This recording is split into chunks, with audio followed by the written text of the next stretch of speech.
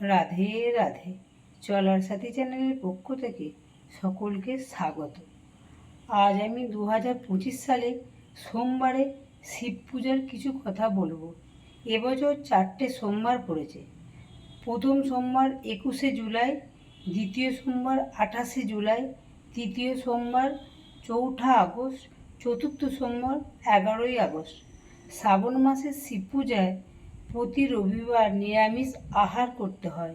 সোমবার সকাল সকাল ঘুম থেকে উঠে চা জল না পান করে স্নান করে শিব পূজা করতে হয়।